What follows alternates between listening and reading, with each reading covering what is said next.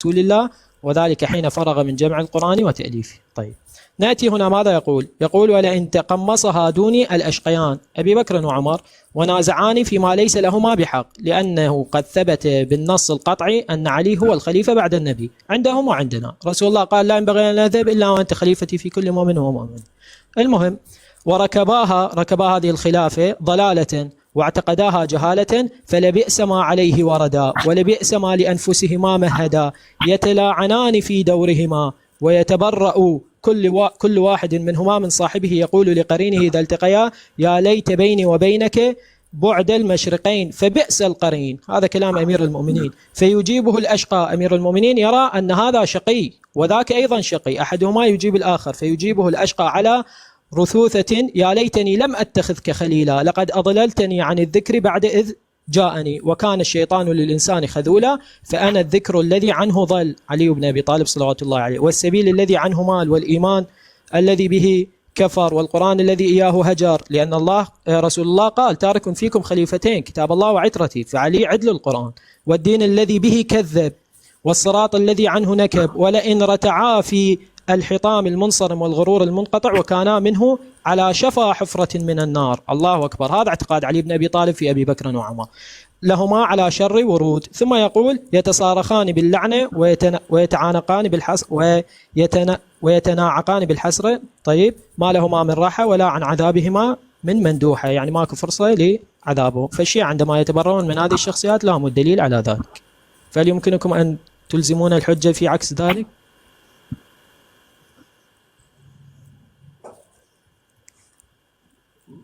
يا أبا عمر الله. بس مولانا الله يكرمك اسأله: وكل تصغير يفيد الإهانة؟ في مورده هنا يفيد الإهانة.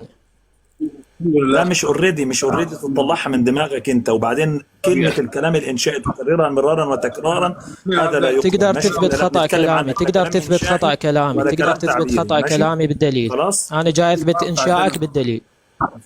عشان الوقت، اولا هو عرض على الشاشه، والله انا ما كتبت، لانه هو ما عرض روايه ولا سند، هو عرض من عنده، اتى بكلام علماء وقالوا كذا كذا. لا، من عند الثابت ان علي بن ابي طالب بايع الخلفاء، هو الذي ذهب الى ابي بكر وبايعه رغبه منه. حتى عمر استخلفه على المدينه، وهذا تحدي، هذا تحدي لكل الشيعة قاطبة، وليس مثلا الشيخ مجتبى ولا الشيخ ابو الفضل، كل الشيعة أن يأتوا في مسألة واحدة خالف فيها علي بن أبي طالب عمر بن الخطاب.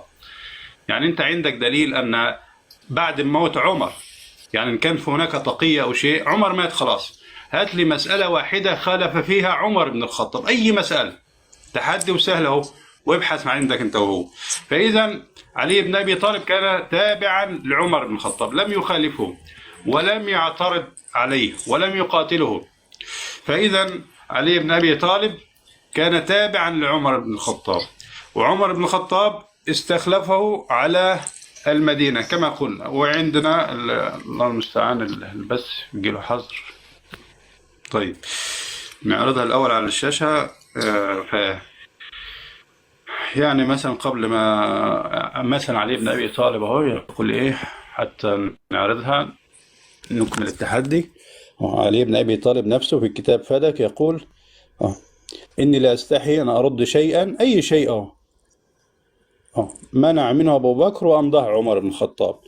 طيب في الكتاب فدك طبعا هذا هو الثابت، ولنا قرائن إنه ما خالف هذا الأمر، لا رد فدك ولا اعترض عليه ولا انتقد شيء كان حتى في خلافة عمر أو حتى بعد موت عمر. يعني عمر مات وأبو بكر مات، علي بن أبي طالب لم يغير شيء. فإذا علي بن أبي طالب كما قلنا أمس في وادي وأنتم في وادي آخر. فلذلك أنتم بتستدلوا من كلام يعني علمائكم وليس كلام آل البيت، بدليل أنك لا تستطيع أن تثبتها سندا. أهو علي بن أبي طالب في شرح نهج البلاغة يقول إيه، ومن كلام له عليه السلام وقشار أن عليا هو كان المستخلف على المدينة لما شخص عمر إلى الشام. يعني عمر لما ذهب إلى الشام وفتح بلاد الشام استخلف عليا على المدينة. فإذا العلاقة كانت طيبة مصاهرة وأثبتناها، ثناء وأثبتناها، حتى التسمية وأثبتناها، الرواية اللي بيذكرها الشيخ علي هو حتى اللي انت طلبته يا شيخ ابو الفضل، فذكره وقال اللي هي هديت الى سنة نبيك، مثل ذكرها النسائي في كتاب الحج وغيره. وحتى أصحاب علي بن الحسين قال له أنت يعني مسألة الهجر اللي كانوا بيتكلموا فيها أمس ورزية الخميس طعنوا في علي بن الحسين، ما علينا بأصحاب علي بن الحسين. لكن مسألة إن الحج الإفراد يا إخوانا اختلف العلماء إلى الآن كلام علمي وتأصيلي هو. المشكلة إن المخالف يعني ما بيتوسع في الشبهة حتى يتقنها وبعد ذلك يطرح. إلى الآن في خلاف بين العلماء ما هو الحج الأفضل، هل هو الإفراد أم الإقران أم التمتع. عمر أراد لمصلحة عامة أن لا يهجر البيت طوال العام، يعني البيت لا يهجر طوال العام فقط في فترة الحج. الناس تأتي بالعمرة ثم الحج، هذا ليس تحريما ولكن تنظيميا، وهذا الأمر يملكه ولي الأمر إن كان فيه مصلحة للمسلمين وأقره الصحابة. ما في حد ذكر في التاريخ الإسلامي أنه اعترض على عمر بن الخطاب في أي مسألة، أو علي بن أبي طالب يقول أي أمر شيئا أي شيء صيغة الغائبة ما اعترض ولم يغير. فإذا عمر بن الخطاب غار على بيت الله أن يهجر طوال العام ويأتي في فترة الحج ويكون مزدحما، لا، هو قال قدم الإفراد. حتى في خلاف كلام علمي، في خلاف حج النبي صلى الله عليه وسلم مرة واحدة السنة العاشرة، قالوا أنه حج على الإفراد يعني اختار نسك الإفراد، وبعض العلماء قالوا التمتع، وبعض العلماء قالوا الإقران. فإذا هذا قول وإن كان مرجوحا، فإذا النبي صلى الله عليه وسلم قالوا حج إفراد. فإذا عمر بن الخطاب لما قال الرجل هديت إلى سنة نبيك، فإذا ما اعترض ولا شيء، أقر ذلك لأنه طيب أبو عمر، طيب ممكن الناس مع نهج البلاغة هذا اللي قرأت كلمة منه فقط، يعني الصفحة هسه راح أرد عليه. أعوذ بالله من الشيطان، لا بعدين بوقتك. بسم الله الرحمن الرحيم. أخواني، طبعا الشيخ أبو الفضل جاب خطبة علي بن أبي طالب، ذكرها الكليني في الكافي، العلامة المجلسي علق عليها وقال هي من الخطب المشهورة، أرسلها إرسال المسلمات، نقل أن أبو بكر وعمر الوقت انتهى، أهل أشقياء وأهل ضلالة وأن مصيرهم إلى النار. طيب، فقال هاي عقيدتنا كالشيعة بكلام علي بن أبي طالب أنهم أشقياء على ضلالة من أهل النار. سأل سؤال، أبو عمر خلص المداخلة ما جاوب على السؤال، سألك سؤال، سألكم سؤال. هذا موقف علي بن أبي طالب عندنا. أنتم تقولون أن علي بن أبي طالب كان يحب الصحابة، فهل باستطاعتكم أن تلزمون الشيعة، تقيمون الدليل على الشيعة أن موقف علي بن أبي طالب بخلاف هذا الذي قررناه؟ أبو عمر يقول كلام أبو الفضل من دون سند، من دون وغير أثبت لك وعرض لك على الشاشة. طيب أنت تقول أبو الفضل كلامه بدون سند، وأنت مطلع لي كتاب فدك بالتاريخ، كتاب فدك بالتاريخ قال علي، وين قال علي؟ نهج البلاغة قال علي، وين السند؟ وين التصحيح؟ وين الهاي؟ وين؟ أما بالنسبة إلى نهج البلاغة الكل يعلم أن نهج البلاغة كتاب يجمع الخطب، فلا بد أن ترجعنا إلى المصدر، لأن نهج البلاغة مو مصدر، كتاب يجمع من المصادر. فوين الخطبة بيا مصدر؟ ونقلت كما في كتاب فدك كذا. طيب وين السند؟ وين التصحيح؟ زين. وحتى هاي خطبة نهج البلاغة من تريد تقراها، حتى لو هي بنهج البلاغة وراح تقول لي كلام الخالق وكلام المخلوق، طيب اقراها كاملة خلينا نشوفها. والله ما شفنا منها شيء، بس عرضتها ووخرت الكاميرا. شنو الكلام؟ شكو. زين، هذا الأمر الأول. بعدين الأمر الثاني، تقول أنه شنو؟ هذا الأمر اللي بعده تقول النسائي، تقول شيخ علي ذكر لك الرواية كما ذكرها النسائي هذا النسوانش اللي يدور نسوان، اسمه النسائي مو النسائي. زين. طبعا شيخ علي والشيخ أبو عمر يقولون أنه ما حد اعترض على أبو بكر وعمر في مسألة المتعة وكذا. طيب مو طلعنا لكم الرواية، مو طلع لكم الشيخ أبو الفضل الرواية، أقول لكم قال رسول الله وتقولون أبو بكر وعمر. إذا كان هناك خاط يعترض على قول أبو بكر وعمر ويتمسك بقول النبي. أقول لكم قال رسول الله تقولون أبو بكر وعمر، إذا كان أكو اعتراض على قول أبو بكر وعمر. هذا الأمر الأول. الأمر الثاني، علي بن أبي طالب وقف في وجه عثمان. الأمر الذي بعده، الشيخ علي والشيخ أبو عمر قاعد يتكلمون خارج عن إلزامي. أنا ما قلت لكم هل عمر صح الرجوع، ما صح الرجوع، ثبت على موقفه، هذا مو سؤالي أصلا. قول أن عمر رجع عن ذلك، وش علي أنا رجع ما رجع؟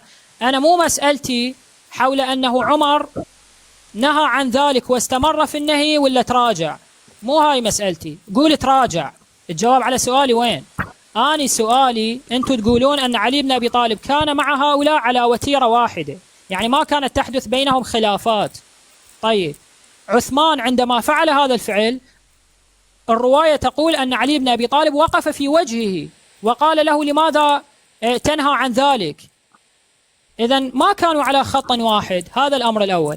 الأمر الثاني، حتى لو تقول أنه نهى في مدة من الزمن، فعلماء قالوا أنه نهى وأفتى بخلاف الناس. فكيف يفتي بخلاف الناس؟ سأل السؤال ما حكم الذي يفتي بخلاف الناس؟ يقول لي بعدين تراجع. أنا شعلي تراجع ما تراجع؟ أنا سؤالي لماذا يفتي بخلاف الناس مع علمه أنه خالف النبي؟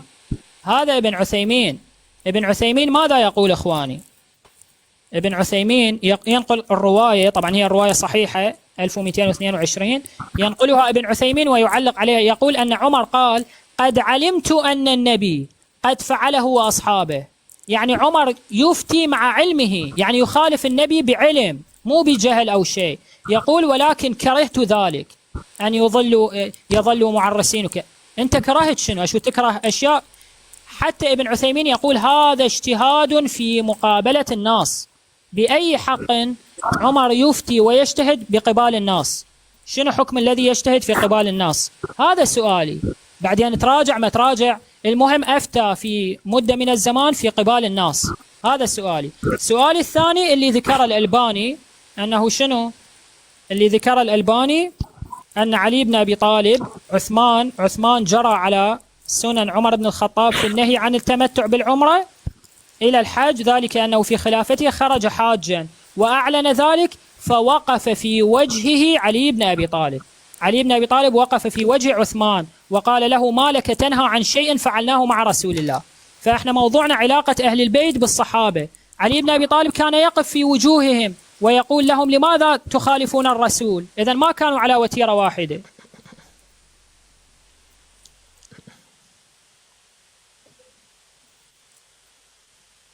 أرسل. طيب الحمد لله رب العالمين، والصلاة والسلام على أشرف المرسلين سيدنا محمد وعلى آله وصحبه وسلم آمين. أما بعد، طيب هو ذكر منذ قليل فقال كلمة عرية وكذا، وهذه تفيد هنا يعني بيقول لك من خلال الاستقراء وكذا أو من هذا النص فتفيد مسألة اللي هو الإيه؟ التقليل منه والإهانة. لا، وهل النبي صلى الله عليه وعلى آله وسلم كان يقلل من الناس أصلا عندما يقول بهذا بتصغير أو بشيء من هذا القبيل؟ لا. إذا فبالتالي يمكن أن آتيك من رواياتك أو من كتبك ما يدل على ذلك، لكن عفنا من هذا كما يقال. يعني الأمر الثاني، أنت في قولك عبارة عن كلام إنشائي وتكررها مرارا وتكرارا وكأنك تنتزع لنفسك العلمية المطلقة كما يقال، وأنه لا يتكلم إلا بالدليل كما ذكرنا له. آتيت لك بكلام الإمام النسائي رضي الله عنه وأرضاه وبغيره، والروايات صحيحة، لكنك لم تلتفت إليها، ويمكن شقيقك انتبه لهذا فأراد أن يخرجك من هذا الأمر، من هذا الإحراج، فعلق لك عليها يعني.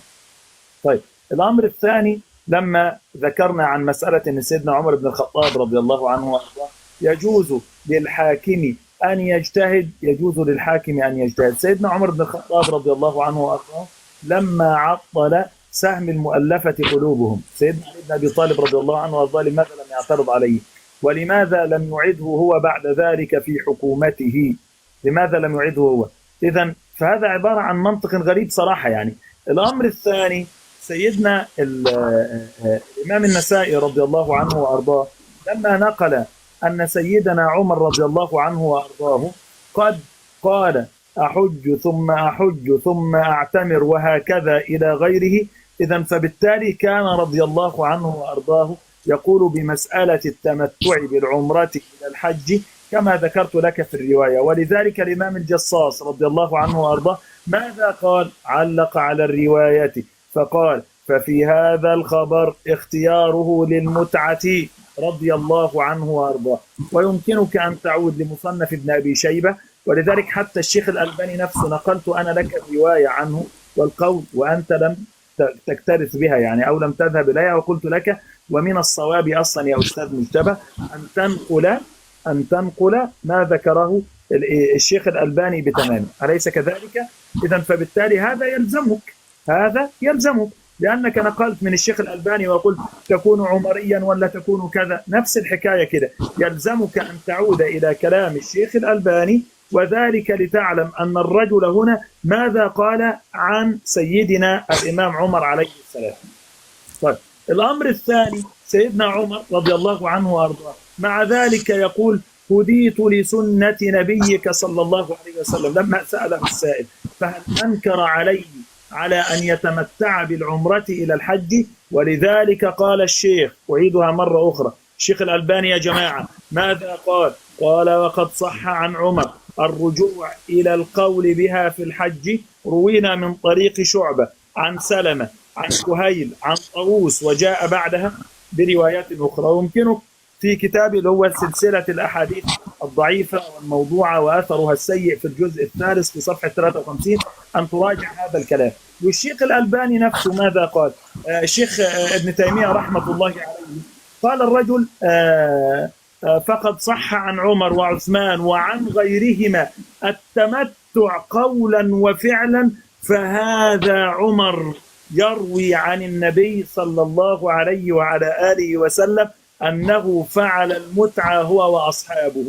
إذا فبالتالي يا جماعة أنا مش عارف يعني هو من باب يعني خذ هذه الشبهة وألقها دون أن تأخذ. ولذلك قلت لك الشيخ الإمام ابن حجر ماذا يقول؟ الأصل أن تجمع الأحاديث بتمامها، ثم هذه الأحاديث يفسر بعضها بعضا كما قلنا أو كما ذكرنا. يعني الأمر الثاني أنت بتذكر عن مسألة اللي هو يعني سيدنا علي بن أبي طالب دائما ما كان يذكر بايع عن القوم الذين بايعوا أبا بكر وعمر إنما الشورى للمهاجرين والأنصار وكذا إلى غيره. أبو بكر يصلي على النبي صلى الله عليه وعلى آله وسلم قبل دفنه، صح؟ صلى الله عليه وعلى آله وسلم من كتب الشيعة بسند صحيح. هل تريد أن أنقل لك أنت تعلم هذا؟ أبو بكر يصلي بالناس وسيدنا علي يقتدي به. سيدنا علي بن أبي طالب رضي الله عنه وأرضاه كان يبايع سيدنا الصديق رضي الله عنه وأرضاه كما ذكرتم أنتم بالأمس. سيدنا عمر بن الخطاب رضي الله عنه وأرضاه كان يولي علي رضي الله عنه وأرضاه على المدينة وهكذا. أنا سألتكم متى قد وصلتكم أحكام الحج والعمرة؟ والمعصوم عندك لماذا خالف النبي في مسألة غسل القدمين؟ طيب خلاص وقت. اللهم صل على محمد وعلى في جولة ولا لسه؟ ما أدري وصلت لكم؟ لا صار بها خلل.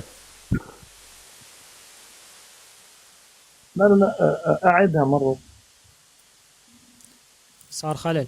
أبو عمر والله اكو صوت يمك كلش هوا متصاعد يعني قاعد يسمعوا له بس يم. اي صحيح. جالس لحالي في صحراء غرداء. لا اكو وشة قوية. لا ما كان عارف الصوت خالص. لحظة. إذا اكو شباك أو يعني فد مروحة. لا أنا بعيد حتى الشباك بعيد. قاعد تمطر يمك لو شنو؟ اي هسه سديت زين. المايك. ابو عمر شوف افتح المايك، بس افتح المايك راح اقول لك على شيء يمكن قاعد يسبب الوش. دوس على اليوتيوب عندهم. اضغط على النقاط الثلاثة الجوة. ايوه. اي اكو خيار ازالة الضوضاء فتحة فاتحة لو ساد. طيب تمام فعلته. صحيح مجتمع، انتم عندكم ليلة القدر ليلة 27 ولا متقلبة في الأيام، صح؟ أسأل والله. 23 21 و19 و23 وعندنا روايات العشرة الأواخر الأخيرة يعني الليلة ليلة القدر، الله أكبر. وعندنا إذا وافقت يوم جمعة وكذا كما كان يقول العلماء فهي الأحرى يعني. صح.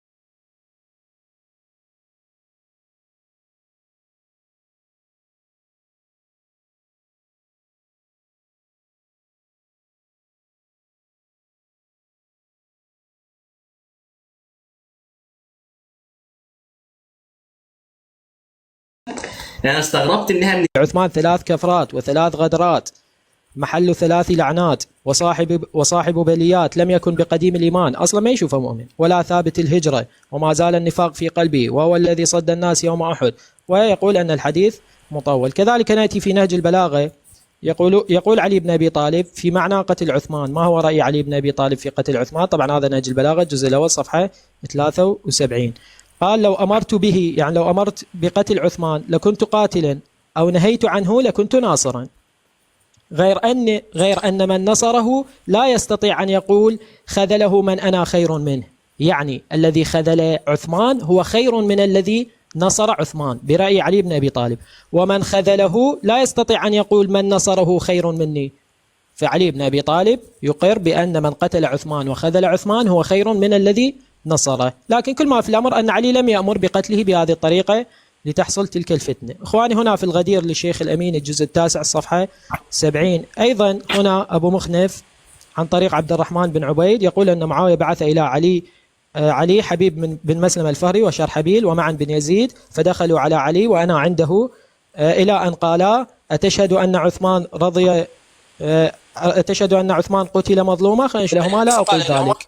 فأصلا أمير المؤمنين لا يرى أن عثمان بن عفان قتل مظلوما، وهاي عليها شواهد وقرائن متكثرة، يعني النصوص موجودة في التاريخ، حتى أننا إذا جئنا إلى مجمع الزوائد عندنا وعندهم للهيثمي، هنا مالك بن أنس إمام المذهب المالكي، خلينا نقرأ هذه الرواية، قال قتل عثمان فأقام مطروحا على كناسة بني فلان 3 أيام عثمان مقتول ومطروح، والإمام علي بما أنه الخليفة وقد أجمعوا عليه لماذا لا يأمر بدفنه؟ أليس هو بمسلم؟ أليس من حقه أن يدفن؟ واجب على المسلمين أن يدفنوا المسلم. عثمان ميت باعتقاد مالك بن أنس 3 أيام مطروح على كناسة بني فلان، لا يقوم له أحد ويدفنه. علي موجود هو الخليفة الشرعي ولا يرسل أحد لكي يدفنه. قال أتاه 12 رجلا فحملوه على الباب وأن رأسه تقول طق على الباب. المهم ثم أرادوا دفنه، فقالوا لهم القوم لئن دفنتموه مع المسلمين لنخبرن الناس غدا، فحملوه فأتوا به حش كوكب. المهم يقول الطبراني رجال ثقات. خلينا نشرح شوية من هذه الرواية. أن عثمان بن عفان عندما مات علي بن أبي طالب تسلم، لم يدفنه، لم يرسل له أحد ليدفنه، بقى 3 أيام على كناسة قوم، ومن ثم أرادوا دفنه عند المسلمين فمنعوا من دفنه عند المسلمين، ودفن في حش كوكب. حش كوكب هذا بستان، كوكب هو اسم يهودي، فدفنوه في مقبرة اليهود. أين علي بن أبي طالب من ذلك؟ إذا كان يحب عثمان لماذا يرضى بقتل عثمان ويترك عثمان ومن ثم يقبل أن يدفن في مقبرة المشركين؟ فأتمنى تجاوبون على هذه الأسئلة جاء نطرحها. الطبراني يقول رجاله ثقات. طيب هنا نبدأ بالرواية هذه. الصوت واضح؟ يعني مثلا هنا يقول لك معاوية ومعركة صفين، علي نفسه عقيل هذا كان على فكرة يعني النبي أثنى عليه، وجد على أخيه، يعني أهل البيت نفسهم فيما بينهم اختلفوا مع بعض، ولا نستبعد أنه يعني طالما ذهب إلى معاوية فإذا هو كان ضد علي بن أبي طالب في كل شيء، فحكمه حكم خصومه. ثاني مسألة أن علي بن أبي طالب خالف سنة النبي صلى الله عليه وسلم في أمور كثيرة، يعني منها مثلا لما النبي صلى الله عليه وسلم أوصى على فاطمة بضعة مني. هنا مثلا يقول إيه وهديت لما لجعفر جارية، المهم فاطمة دخلت وجدت علي بن أبي طالب رأسه في حجر الجارية فغضبت منه وذهبت إلى النبي تشتكيه. فيعني العلاقة حتى بين فاطمة وعلي ما كانت يعني على واحنا شو علينا باللي عندكم ابو عمر؟ شو السالفه؟ الشيخ ابو الفضل لا تقاطع، هو ما احتج عليك اصلا، قال لك نحن موقف علي بن ابي طالب تجاه عثمان وتجاه ابو بكر وتجاه عمر هذا موقف علي بن ابي طالب، علي بن ابي طالب هذا موقفه تجاه عثمان، هذا موقفه برواياتنا، واحنا نعتقد ابي مخنف من الثقات عندنا، فانتم تقولون انه شنو؟ ان علي بن ابي طالب كان على وتيره واحده، كان يحب الصحابه. هاي كتبنا تثبت انه ما كان يحب الصحابه، فما محتاج عليه، قاعد يبين عقيدتنا. فهل باستطاعتك يا أبو عمر والشيخ علي الأزهري أن تثبتوا تقيمون علينا الحجة أن علي بن أبي طالب كان يحب هؤلاء من كتبنا، تقيمون علينا الحجة؟ هذا السؤال من المداخلة الأولى ما قاعد تجاوبون عنه. من المداخلة الأولى جاب لكم رواية الكافي، وهاي روايات تاريخية وبكتب عقائدية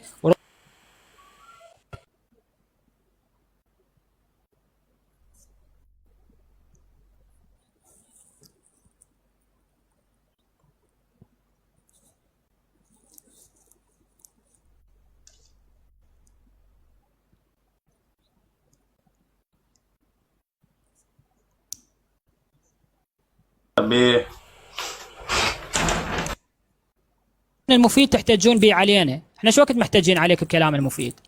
يقول انتم تحبون المفيد تحتجون به علينا، احنا وين محتاجين؟ هسه ركز، يعني قول هاي كتبكم، انتم تحبون المفيد تاخذون من المفيد، مو تقول احنا نحتاج عليه. زين يابا شنو موجود بالارشاد للمفيد؟ موجود ذكر من بنات علي بن ابي طالب ام كلثوم، يقول هاي اللي تزوجها عمر. هل المفيد قال اللي تزوجها عمر؟ المفيد قال؟ المفيد لا يقول، المفيد مجرد ذكر من بنات علي بن ابي طالب ام كلثوم. المفيد عندما سئل الان، هذا فيصل نور بعدين نرجع له لان عندي مساله، هذا المفيد عندما سئل في المسائل السرويه في صفحه 86 سئل عن الزواج، يقول ان الخبر بتزويج امير المؤمنين ابنته من عمر غير ثابت. طيب فهو اصلا ما يعتقد انا. بعدين شو يقول؟ يقول المفيد ذكر اسماء اولاد علي بن ابي طالب ابو بكر وعمر وعثمان. اولا علي بن ابي طالب ما عنده اسم اسمه ابو بكر، ابن ابو بكر كنيه، علي بن ابي طالب من العرب يسمي ابنه كنيه، اسمه محمد الاصغر، بعد ذلك كنيه ابو بكر، ولا علي بن ابي طالب كناه ولا احد من اهل البيت، ما معلوم منهم كنيه اصلا. زين وبعدين عنده عمر، شنو دليلك على حبا بعمر بن الخطاب؟ انت في يوم القيامه تقف امام علي بن ابي طالب، شنو الدليل؟ سماه عمر حبا بعمر بن الخطاب.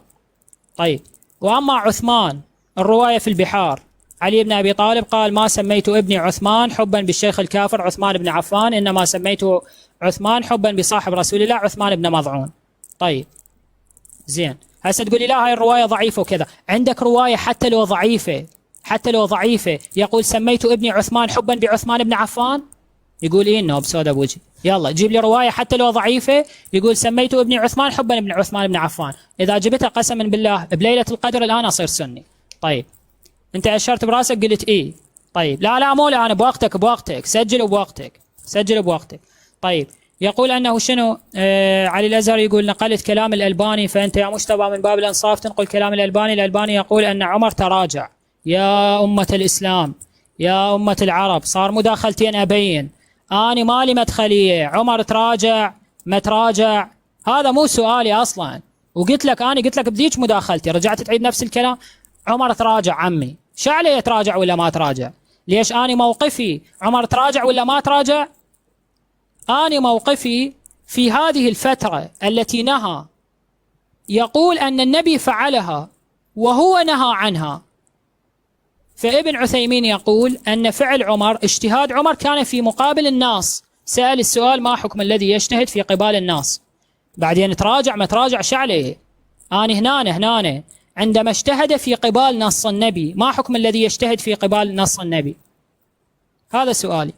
وسؤالي اللي بعده، أنتم تقولون ما كان أكو خلافات بين هؤلاء. سألنا سؤال، علي بن أبي طالب وقف في وجه عثمان وقال له ما بالك تفعل فعل، ما بالك تنهى عن فعل فعله رسول الله. إذن كان أكو خلافات بين عثمان بين علي، واحد يوقف بوجه الثاني، واحد ينهى الثاني، واحد يرد على الثاني، إذن ما كانوا على وتيرة واحدة. هاي أسئلتي. والشيخ أبو الفضل أيضا سأل أكثر من سؤال ماكو أجوبة، قاعد يجاوبون مسائل أخرى. بين موقفنا تجاه هؤلاء. تقدرون تقيمون علينا الحجة من كتبنا؟ أبو عمر يعرض رواية علي بن أبي طالب وضع رأسه في رأس الجارية، وين سندها؟ ليش ما تعرض الأسانيد؟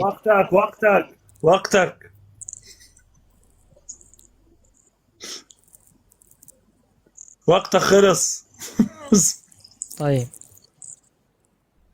الحمد لله رب العالمين، والصلاة والسلام على أشرف المرسلين سيدنا محمد وعلى آله وصحبه وسلم، أمين. أما بعد، من الذي دفع مهر السيدة فاطمة لسيدنا علي يا أستاذ مجتبى؟ يا مسألة. من الذي دفع المهر؟ مهر الزواج علي وفاطمة. من دفع مهر؟ من دفع مهرها؟ علي بن طالب كان عنده درع وشيء وباعهن وطاهن. لما كان عنده حاجة. من الذي دفع مهرها؟ وعندنا رواية أن الله جعل مهرها رضا السماوات والأرض، هيك في رواية. من الذي دفع مهرها؟ الله تفضل. دفع مهرها سيدنا عثمان بن عفان رضي الله عنه وأرضاه، كما عندك في بحار الأنوار وفي تاريخ سيدة النساء فاطمة. لحظة لو سمحت، أهو جيب السند وراح أصير سني، بس يكون السند صحيح أصير سني. يلا والله شوف، أنت حتى أنت ضعيف براحتك يعني.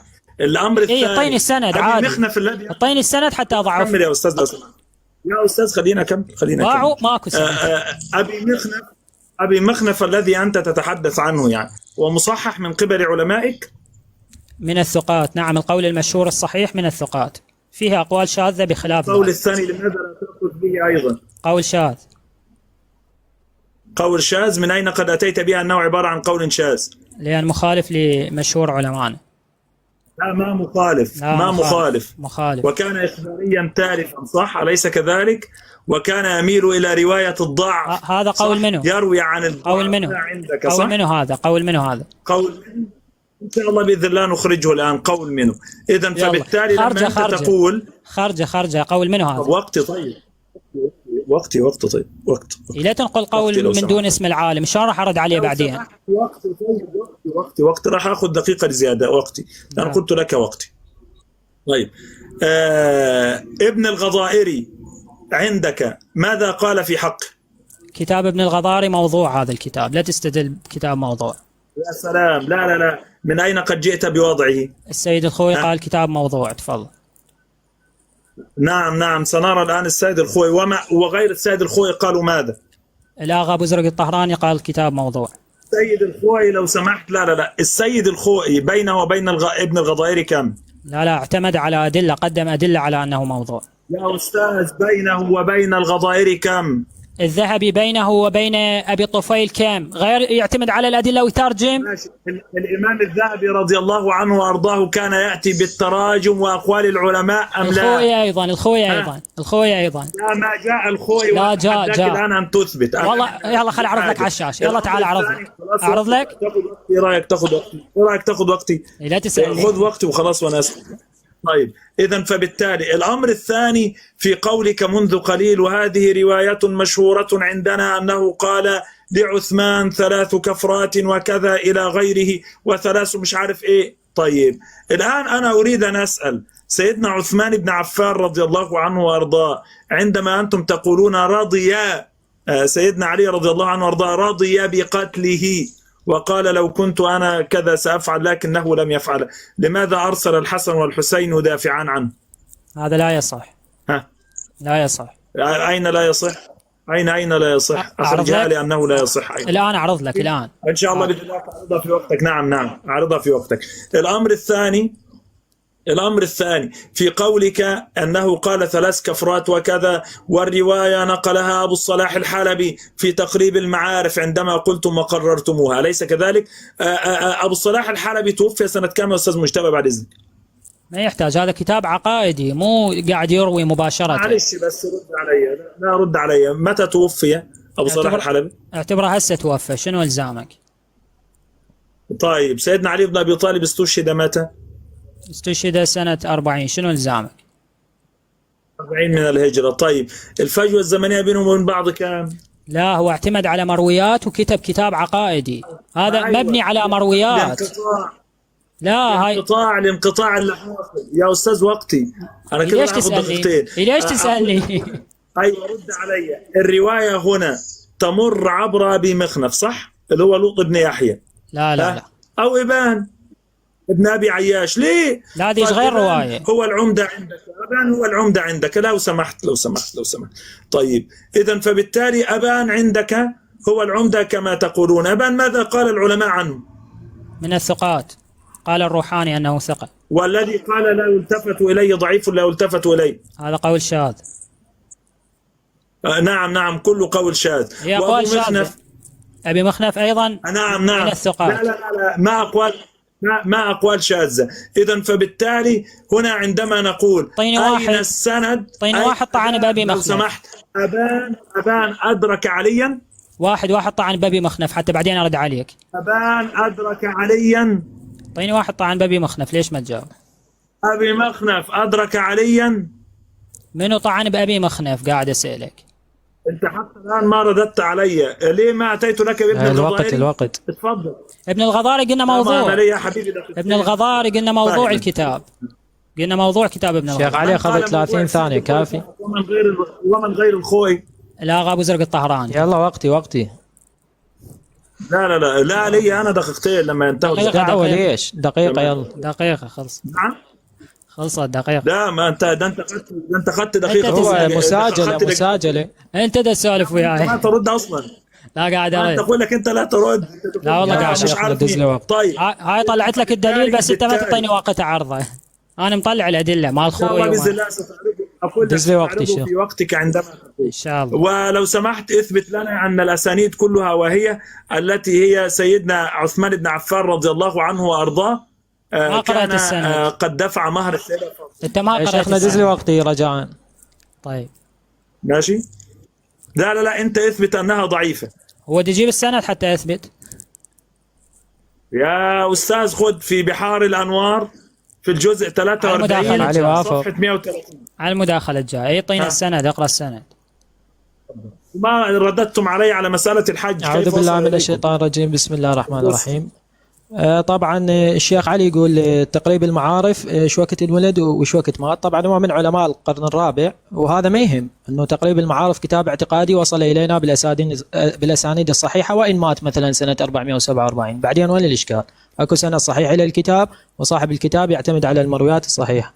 بعدين يقول كتاب ابن الغضائري معتبر. طبعا انا صار يعني صراحه مو تكبرا وافتخارا صار 4 سنوات ابحث عن هاي المساله. اتمنى اثبت انه كتاب ابن الغضائري معتبر. فاذا اثبتت لنا هذا الشيء ان شاء الله لك هديه عندي. بعد ايش قال؟ قال جبت هذه النصوص وابو الصلاح الحلبي من اين يعتمد عليها؟ روح اقرا نهج البلاغه حتى تشوفه مليء بهذه المرويات. هذا نهج البلاغه يا اخواني. اذا جئنا الى اي نص فقط انا كتبت لقد تقمصها هنا من خطبه له عليه السلام. أما والله لقد تقمصها فلان وإنه لا يعلم أن محلي منها محل القطب من الرحى. طبعا هنا يقول يقصد به الخلافة والمقصود بفلان هو أبو بكر. مرويات كثيرة وكثيرة هي مو مروية واحدة واثنين. حتى تجي تقول أبو صلاح الحلبي كيف تكلم بهذا وما فرقه وما المدة الزمنية بينه وبين علي. اعتمد على المرويات وهو من الثقات وعندما قرر ذلك نحن نعتمد عليه لأنه شهادة من ثقة. المهم يعني ما حد ناقش باللي جبته اللي هو بمجمع الزوائد. ارجع اعيده واعيده 100 مره على ما تجاوبون. هنا في مجمع الزوائد العلاقه الطيبه بين علي وعثمان عن مالك بن انس. هذا امام المذهب المالكي يعتقد بهذا الاعتقاد. يقول قتل عثمان فاقام مطروحا على كناسه بني فلان 3 ايام ما حد يشيل عثمان. طار حيب كذا وكذا. ما اريد اذكر الالفاظ حتى ما تصير اساءه احتراما للطرف المقابل. يقول ومن ثم حملوه على باب خليفة رسول الله عثمان بن عفان ذو النورين تستحي منه الملائكة. وين علي بن أبي طالب من هاي الحوادث؟ فحملوه على باب حتى تابوت ما عنده وإن رأسه تقول على الباب طق طق. قام رأسه تضرب على الباب وهيك مسرعين به حتى أتوا البقيع فأرادوا دفنه. ثم أرادوا دفنه فقال رجل من بني فلان لئن دفنتموه مع المسلمين حتى ويا المسلمين ما تدفنوه لأخبرن الناس غدا. هذا النص موافق لما عند الشيعة. علي بن أبي طالب يقول لم يكن مؤمنا. عثمان منافق. هذا النص الذي عند السنة موافق للذي عند الشيعة. فحملوا حتى أتوا حش كوكب. قلنا هذا اليهودي حش كوكب اللي هو البستان وكوكب رجل يهودي. هنا الطبراني يقول وقال الحش البستان ورجاله ثقات. أتمنى تعلقوا لي ما هو موقف علي بن أبي طالب من هذا الكلام. لماذا لم يرسل أحدا ليدافع عن عثمان ويأتي بعثمان ويدفنه على الأقل بين المسلمين؟ هنا البداية والنهاية لابن كثير يقول وأما موضع قبره فلا خلاف أنه دفن. وين دفن؟ بحش كوكب شرقي البقيع. إذن هذه المسألة ثابتة واللي يريد يناقش بهاي المسألة خلي يناقش. هسه شي يقولون إخواني باعوا هذا الاستدلال. أنا راح أصير بدلا عنهم أجاوب عن هذه الرواية. لا علي بن أبي طالب لم تكن له المقدرة لكي يأمر وينهى لكي يدافع عن عثمان لكي يدفن عثمان مع المسلمين لكي لا يبقى عثمان 3 أيام مطروحا بكذا وكذا. قلنا اللفظ منقوله. هنا إذا جينا أخواني لابن كثير الذي قال لا خلاف في أنه دفن في مقبرة اليهود ماذا يقول؟ يقول وقد عارضه بعض الخوارج يعني رادوا ما يندفن عثمان أصلا بالمدينة مع المسلمين وأرادوا رجمه. رادوا يرجمون عثمان وهو ميت وإلقاءه عن سريره وعزموا على أن يدفن بمقبرة اليهود بدير سلع. هنا أريد أثبت أنه علي بن أبي طالب يستطيع أن يأمر وينهى حتى الخوارج ومع ذلك هو لم يأمر وينهى ويطلب دفن عثمان في أول موته. أصلا لم يدافع عن عثمان حتى بعث علي إليهم من نهاهم عن ذلك. إذن علي بن أبي طالب له الأمر والنهي ولكنه يرى عثمان ليس بمؤمن وقد خالف الله ورسوله، وكما نقلنا أنه ليس قديم الإيمان، حتى أنهم سألوه قالوا له هل مات مظلوما؟ قال لا، أن الله قتله وأنا مع الله، هذا النص الآخر. وكذلك قال كفر 3 كفرات. بعد كل هاي النصوص اللي عندكم اللي عندنا، بعد مو من ذنب أي شخص شيعي كان أو سني يتبرأ من عثمان أمام الله. أنا أرى أن عثمان كان من عداء أمير المؤمنين، إذن أنا أتبرأ من عثمان. هذا السني إذا قاله مو من حق أي واحد يتكلم ويعترض عليه، لأن علماءكم الآن أمامكم لا يقدرون يدافعون بكتب السنة، لا يقدرون يدافعون بكتب الشيعة، فمو من حق أي شخص يعترض على شخص يحاول أن يتبرأ من عثمان ابن عفان. خلينا نرجع نقرأ النص هذا اللي هو بالكتاب الاعتقادي، اللي الشيخ علي يقول أبو مخنف يا أبو مخنف تويانا علينا، هذا تقريب المعارف كتاب اعتقادي لا يرد فيه إلا النص الذي يعتقد به وهو صحيح. قال سئل رجل عن عثمان ما سؤالك عن عثمان؟ قال إن لعثمان 3 كفرات. وين أبو مخنف؟ ممكن تطلع لنا إياه؟ وقتك. طيب اللهم صل على محمد وعلى محمد. مرسل يا محمد.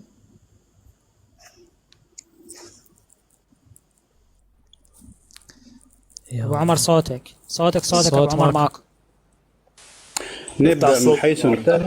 نبدأ من حيث انتهى.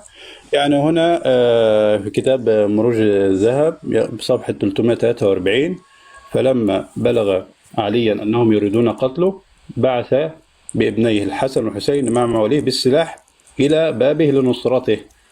تمام. المسعودي هذا من كبار علماء الإمامي، وعند الدليل وعند أدلة كثيرة كمان، يعني يتبرأ منه الآن كالعادة كما تبرأوا من مراجعهم أمس. فإذا علي بن أبي طالب يدافع عن عثمان ويرسل الحسن والحسين، ومشهور أنه لطم الحسن عندما قتل عثمان، لطمه وقال يقتل الشيخ وأنت واقف هنا. أيضا في مصدر آخر دلائل الإمامة، سبحان الله، يعني عندنا نكتب في دلائل النبوة وندافع عن نبوة نبينا محمد صلى الله عليه وسلم 65 يقول قال أبو جعفر وحدثنا كذا كذا رواية مسندة، قال كنت مع الحسن ابن علي حوصر عثمان في الدار وأرسله أبوه ليدخل إليه الماء، فعلي بن أبي طالب كان يرسل الحسن والحسين بالماء والطعام ويدافعان عنه. لكن عثمان يا إخوانا رفض هذا الأمر. النبي صلى الله عليه وسلم بشره بالجنة على بلاء يصيبه، فعثمان بن عفان آثر كل هذا، يعني رفض أن يراق دماء في المدينة بسببه، ولذلك رفض وصية الصحابة لما معاوية قال له ائتينا إلى الشام وندافع عنك وننصرك. الأنصار قال له كنا أنصار الله لكن مرتين، مرة للنبي ومرة لك. رفض أن يأخذ هذا الأمر، ورفض وخاف على الصحابة، على صغار الصحابة، لأن أغلب الصحابة في وقتها كان في الحج. فعثمان هو الذي رفض هذا الأمر، وقتلت عثمان هم قتلت علي بن أبي طالب. يعني النبي قال سيقتل عثمان مظلوما وبشره بالجنة، وعثمان في الجنة على جبل أحد. فإذا ليس معنى أنه يظلم ويقتل أنه مذموما، لا. عثمان بن عفان جهز جيش العسرة. النبي قال ما ضر عثمان ما فعل بعد اليوم. عثمان بن عفان تزوج بنتين من بنات النبي. علي بن أبي طالب تزوج فاطمة، عثمان بن عفان تزوج رقية وأم كلثوم بنات النبي. لكن أنا استدليت أمس في آخر المناظرة، الشيخ مجتبى أتى لي يعني طول المناظرة أمس بيرد كلام علماء، يقول لي لا تأتيني بكلام مراجعي، أهم شيء الروايات، مع إن عرضنا رواية عن جعفر الصادق. طيب المفيد هنا في كتاب الإرشاد يقول وأنا عرضت المداخلة السابقة 354 يقول ذكر أولاد أمير المؤمنين عليه السلام. أنا ما لي علاقة بالتناقض، ينفي هنا ويثبت هنا، هذا الأمر يرجع له. لكن هنا بيثبت أم كلثوم وعمر ومحمد اللي هو أبو القاسم وعثمان وأبو بكر. احنا بنتكلم عن عمر وعثمان وأبو بكر. علي بن أبي طالب جمعهم في بيت واحد وسماهم. طيب هو قال لي أتحداك وأتسنن، والله نحن لا نريد أن تتسنن إلا برضاك، لأن هذا هو الحق. ويقول هات لي رواية حتى لو ضعيف تقول أن علي بن أبي طالب سمى بأسماء الخلفاء. طبعا أبو عمر قال لك أبو بكر مو بس مع الخلفاء.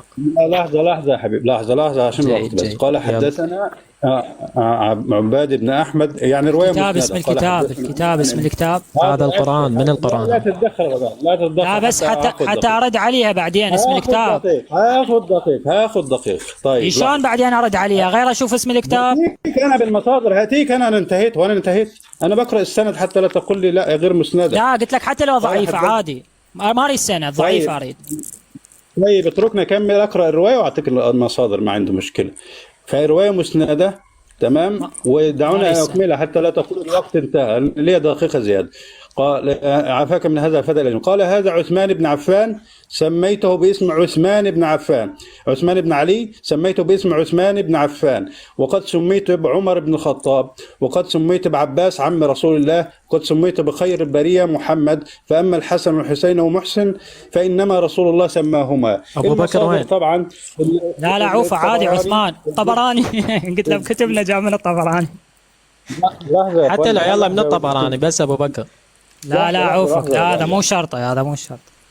طيب يبقى إذن الرواية أمامكم في مصدر آخر أهو، كتاب مثلا تاريخ دمشق لابن عساكر، والطبراني ذكرها الجزء الثالث صفحة 29، واللفظ اللي ابن عساكر اللي نقلته جزء 45 صفحة 304، وذكرها المؤرخون يعني. طيب بدأ دقيقتك أبو عمر الزايد. لا أنا لسه ما المفروض تعطوني دقيقة، تدخلتم كثيرا. فإذا يلا خذ دقيقة، هاي دقيقة.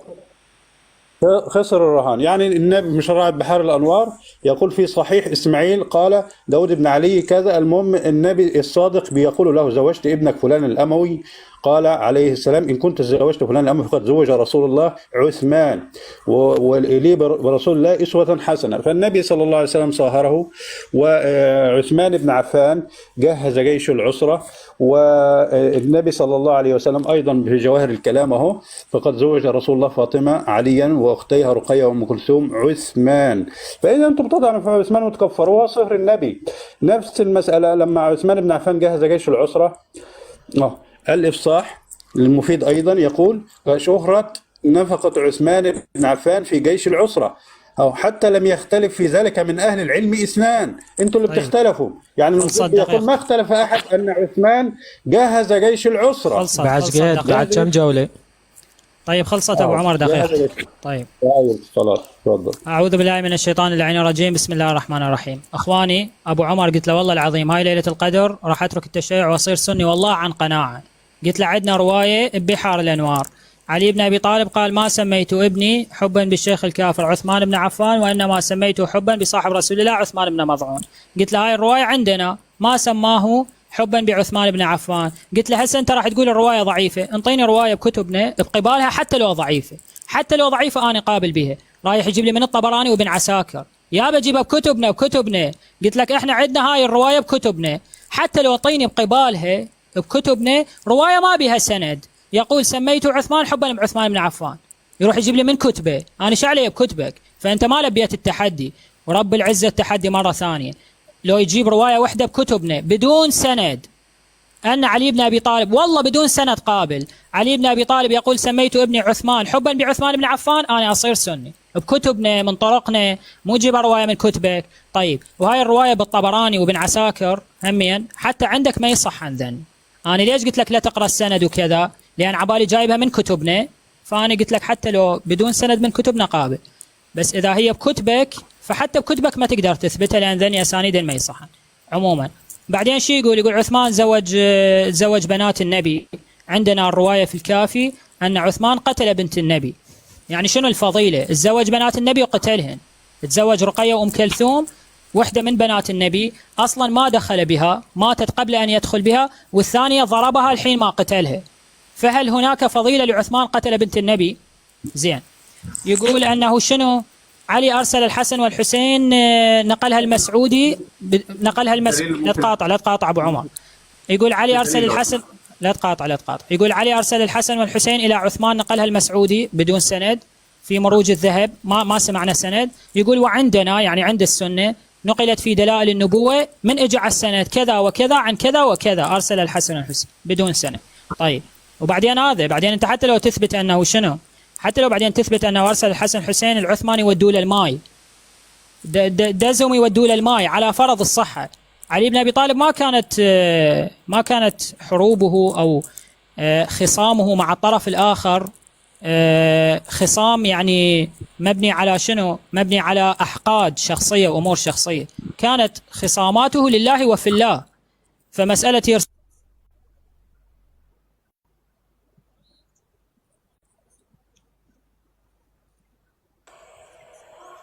الماء وغير الماء لا يفجر بها. وعموما عندنا وعندكم مسألة إرسال الماء وغيرها فيها احتمال، البعض صححها والبعض ضعفها، إذا ورد الاحتمال سقط الاستدلال. وحتى علماءنا قبل قليل الشيخ علي قال لي من الذي قال أن فيها خلاف وكذا وهاي.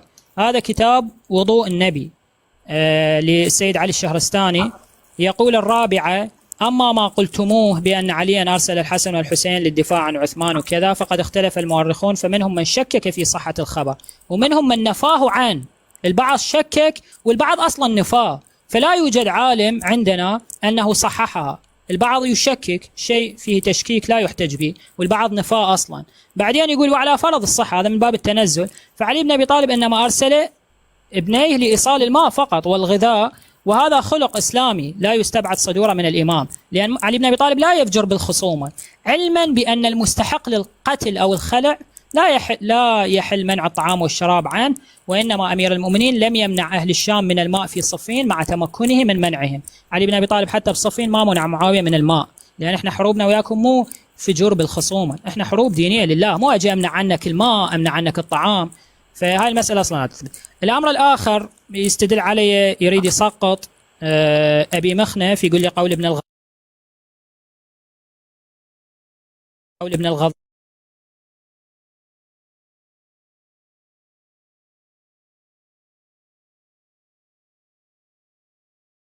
الطعام.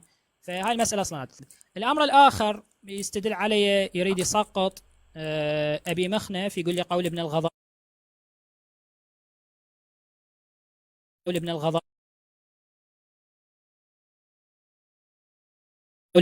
هو كذا وهاي، إلى أن يقول والمتحصل من بحث كامل أن الكتاب المنسوب إلى ابن الغضاري لم يثبت، بل جزم بعضهم بأنه موضوع وضعه بعض المخالفين ونسبه إلى ابن الغضاري، إلى أن يقول ومن ما يؤكد عدم صحة نسبة الكتاب، وينطي أدلة إلى ابن الغضاري أن النجاشي ذكر في ترجمة الخيبري عن ابن الغضاري أنه ضعيف، فلو صح هذا الكتاب لذكره النجاشي، إلى أن يعرض مجموعة من الأدلة.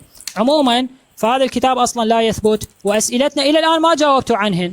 أنا سؤالي ما حكم الذي يجتهد أمام الناس؟ سألت ماكو جواب. الأخ أبو الفضل عرض موقف علي بن أبي طالب عندنا، هل باستطاعتكم أن تلزمونا بشيء؟ ما ألزمتمونا من كتبنا إلا بروايات ما بين أسانيد، ماذا تعرضون أسانيد؟ وسؤالي اللي بعده، علي بن أبي طالب وقف في وجه عثمان في مسألة النهي عن المتعة، كيف تقولون ما كان بيناتهم خصام وكذا؟ ماكو أجوبة.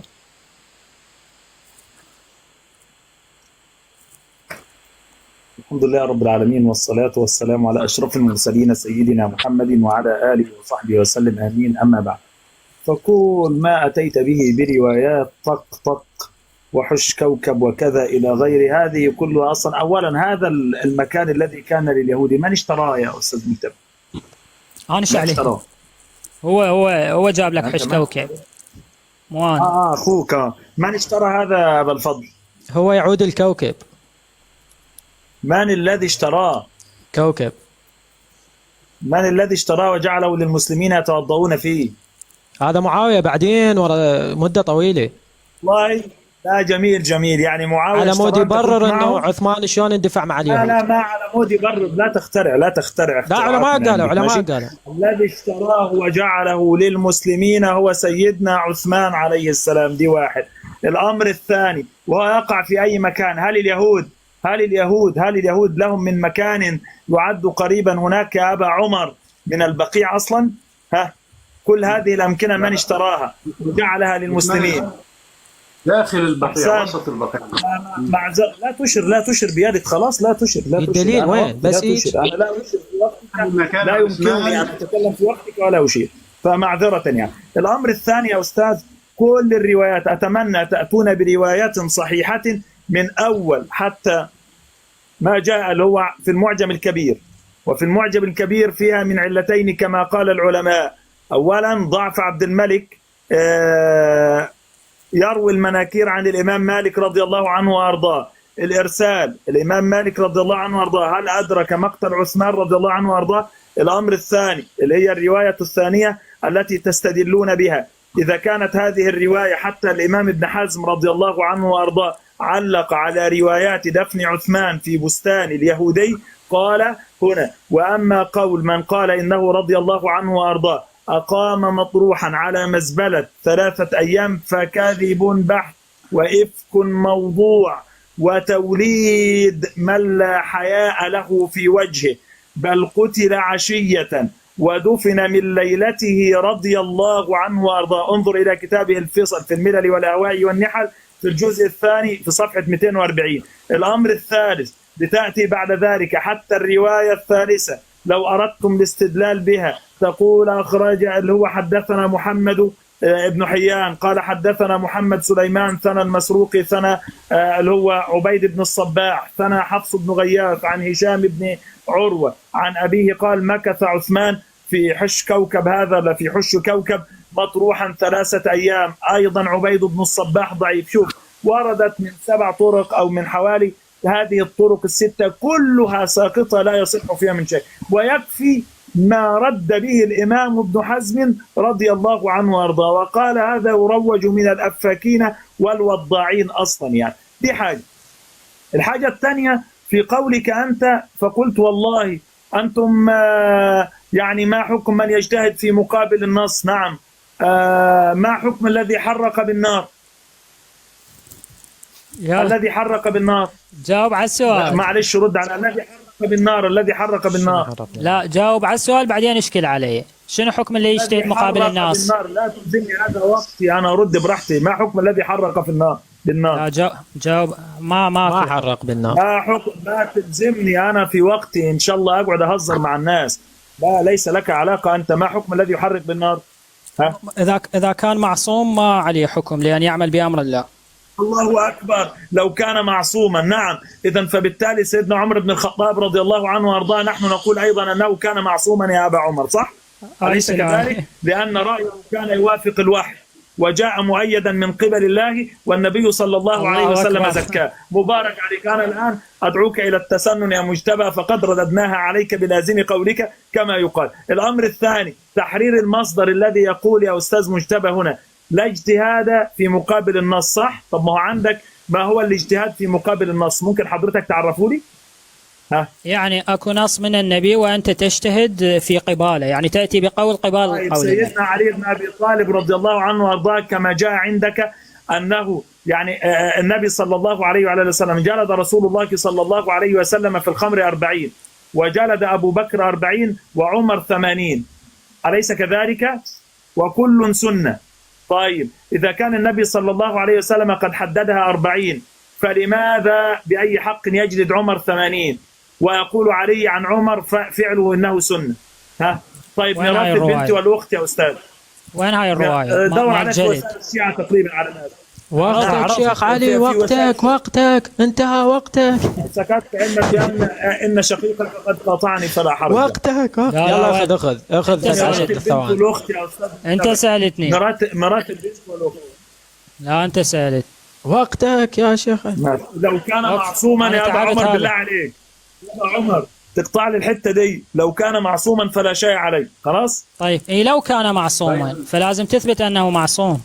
طيب الآن نعم بعد منه المداخلات حتى نخلص لأن تعبت. أنا ليه ما عندك اليوم راح تصلي تهجد؟ خليك. لا مو فاتح من 9 أنا وهم يعني ما ظل وقت أريد أروح. من المداخلة الأخير هسه وقت منه؟ وقت بعدين يمكن أبو عمر مو بعدين أنت أبو عمر تختم لو شنو؟ نازل بالوقت يا أبو عمر يا أنا آخر واحد. يلا أبو عمر يختم وراك شيخنا، بعد أنت يختم. أعوذ بالله من الشيطان الرجيم. بسم الله الرحمن الرحيم. طبعا الشيخ علي راد يضعف الرواية، جاب لنا كلام الفصل يقول وهذا توليد من لا حياة له في وجه الخليفة الثالث، وهذا تعليل بشرفكم. يضعفون الرواية لأنه كلام من لا حياء له. هي رواية صحيحة ثابتة، وهو ترويج الأفاكين والوضاعين.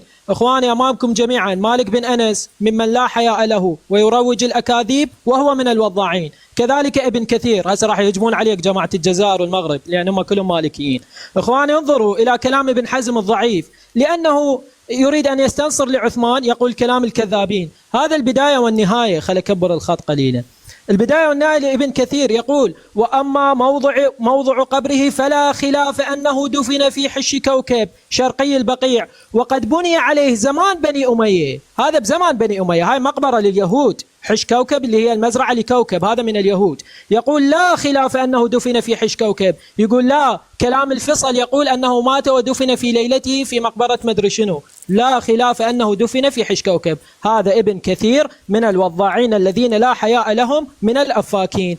ويقول: قال مالك رضي الله عنه: بلغني أن عثمان كان يمر بقبره من حش كوكب فيقول أنه سيدفن هنا رجل صالح. إذن مالك من الوضاعين الكذابين الذين لا حياء لهم، على قول علي الأزهري. جماعة الجزائر إخواني سمعوني، إمامكم مالك بن أنس، علي الأزهري يقول من الوضاعين الكذابين الذين لا حياء لهم. كذلك كل من يعتبر ابن كثير أيضا يتهمه بذلك.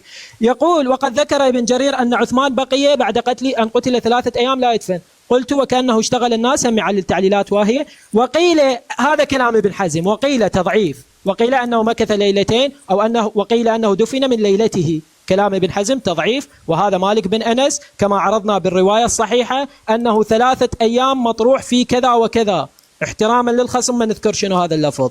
هنا الطبراني يقول رجاله ثقات. بعد بشرفكم هاي الرواية تضعف، يقول لي ابن حزم والله لأن كلام الوضاعين وما أدري شنو، هذا كلام. إخواني بقت مسألة أخرى أريد أعرضها بلكت يسعفني الوقت، اللي هم يقولون عثمان بن عفان وأبو بكر وعمر، خلينا نجيبهم كلهم سوية. وينها؟ هنا. طيب إخواني، هنا إذا جئنا إلى المحلى لابن حزم، أنت مو تلتزم بكلام ابن حزم؟ شوف ابن حزم شي ينقل وشي يضعف، وراح نضعف لك كلام ابن حزم للمرة الثانية. هذا المحلى لابن حزم ماذا يقول؟ في كلام من خلينا نرجع هنا، في كلام الوليد بن جميع يقول: أما حديث حذيفة فساقط لأنه من طريق الوليد بن جميع. يا بليش ساقط؟ شي يروي الوليد بن جميع؟ يقول: وهو هالك ولا نراه يسلم من وضع الحديث، فإنه روى أخبارا فيها أن أبا بكر وعمر وعثمان وطلحة وسعد بن أبي وقاص أرادوا قتل النبي. الجماعة رايدين يقتلون النبي، إيش جاي نحكي إحنا؟ طلعت مو بس عداوة، أرادوا قتل النبي. وهذا منو يرويه؟ يرويه الوليد بن جميع. ابن حزم للمرة الثانية نرد عليه، يقول هو ضعيف وساقط. إخواني هذا صحيح مسلم، هذا الوليد بن جميع من رجال مسلم من الثقات، يضعف لأن هو يقول والله أبو بكر وعمر وعثمان رادوا يقتلون النبي. أنت تستنصر للنبي وتقول قوله صحيح، لو تروح تضعف قوله لأن قال على عثمان وأبو بكر. المسألة عكسية. كذلك هذه الحادثة ثابتة، الوليد بن جميع ينقل الحادثة في صحيح مسلم لكن من دون التصريح بالأسماء، يقول أن أناسا اجتمعوا على قتل النبي. كذلك إخواني إذا جئنا إلى أين؟ هنا كتاب المسند للإمام أحمد بن حنبل، تحقيق الأرناؤوط والمرشد وآخرون، في بالي العرقسوسي والزيبق.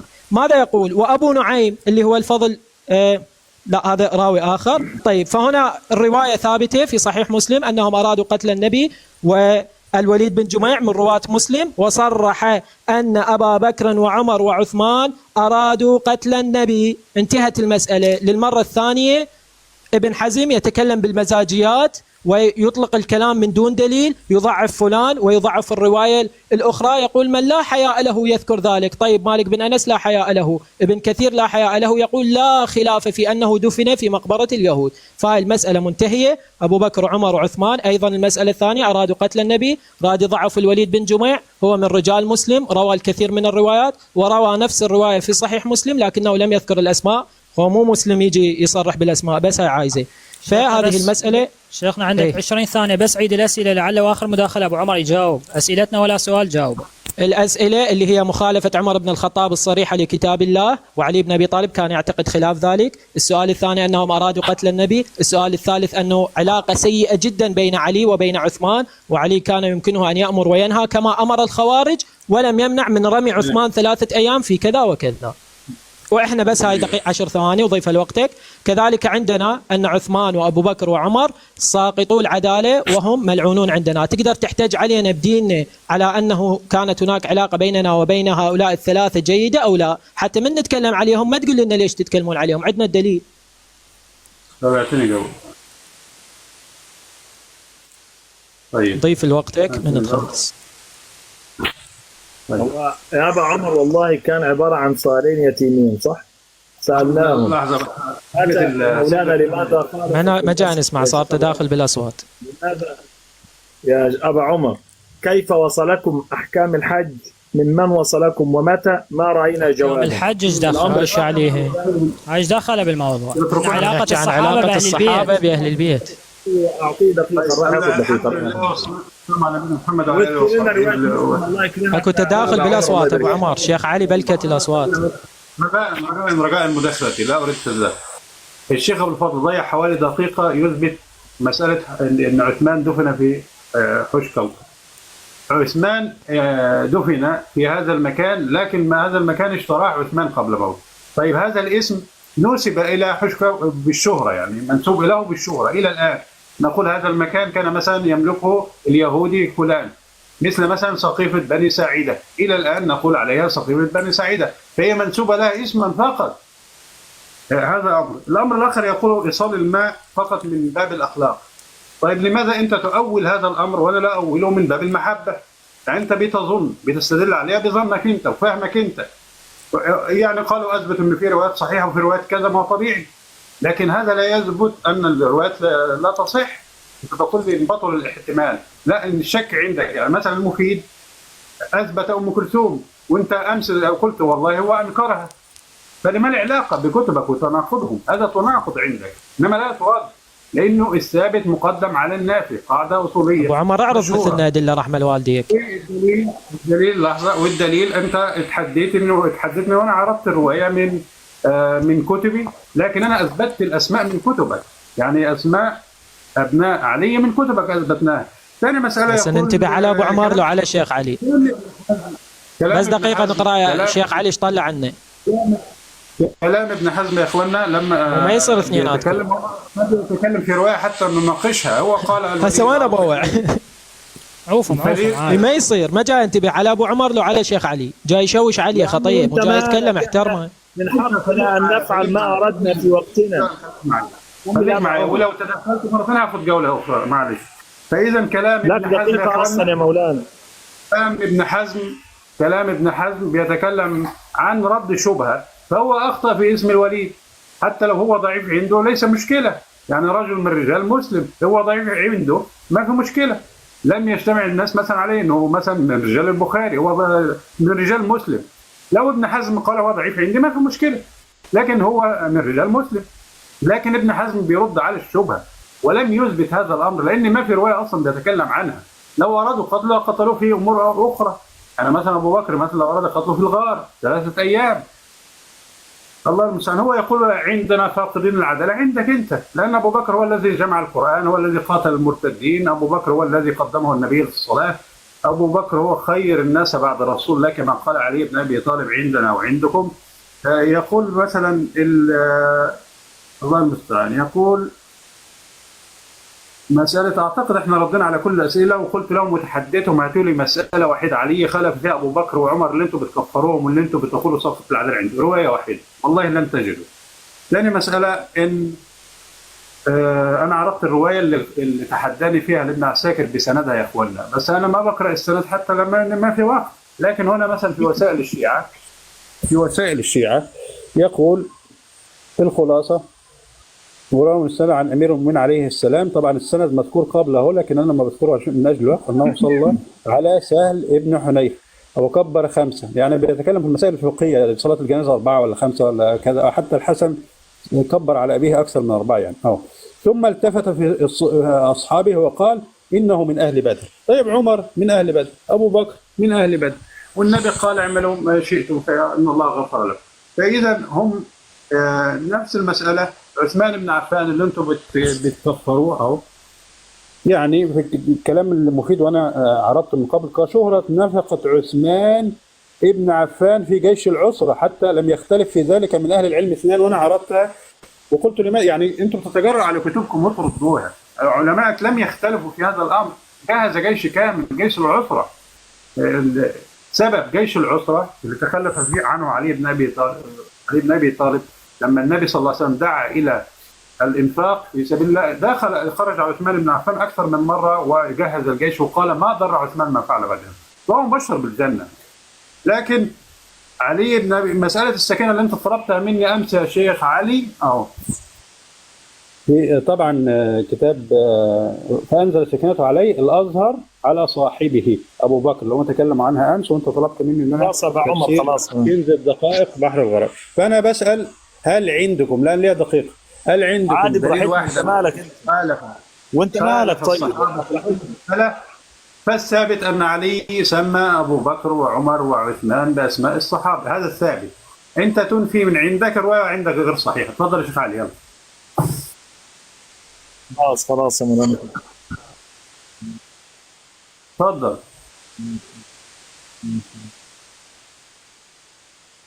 تفضل يا شيخ علي. لا ليس لك علاقة أنت، أخان مع بعضهم فلا علاقة لك أنت. فإذا